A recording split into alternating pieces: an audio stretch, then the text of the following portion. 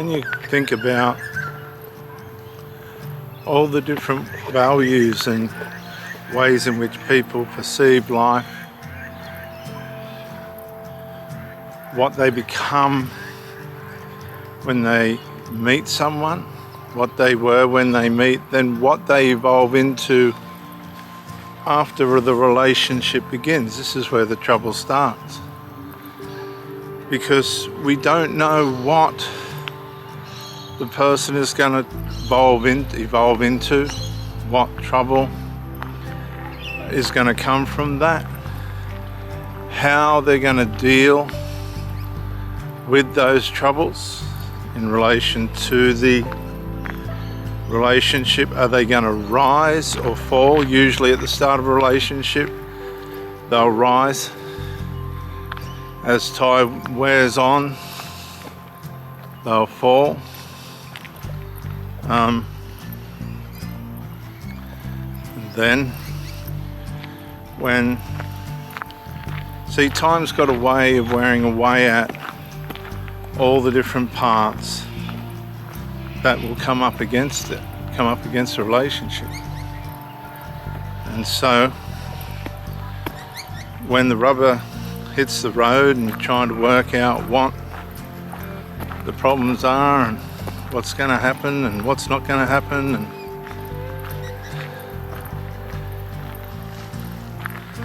and all the rest of it, you find yourself in a situation where you have to go into self-preservation. Self-preservation has to be the underlying motivation. Now, we want to put others before ourselves. We want to put the relationship before ourselves, and that's a sign of our sacrifice towards it, and that's supposed to be a sign that the other person will do the same, or you'll do the same. And we've all fallen short, all of us. One's not worse than the other. You see, people only get surly and upset when they've lost touch with their own value. They've put all their value in the mirror of how the other person perceives and sees them. So when the other person, the partner, the husband, the wife, whoever it is, loses that reflection, the reflection becomes blurry, the mirror cracks. There's different parts of the reflection now, and it doesn't come down to value, it comes down to how that person is feeling, or what their ways in which dealing with themselves and life manifest. You're at the mercy of all that. So you have to have, underneath it all, you have to have and maintain a self-awareness of yourself, a self-value, because when you're no longer the cure, when that person doesn't see the reflection of themselves that they want to see in you, you have no control over that, because that's their inner perception of who you are. And if they lose that perception, then you end up in all sorts of trouble.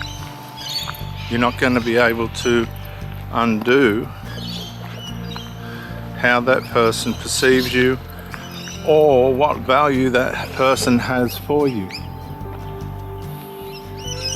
So then it comes down to what your response is going to be to someone that's gone into a devalue situation, a mindset that no longer has the same motivation towards a relationship as what you have.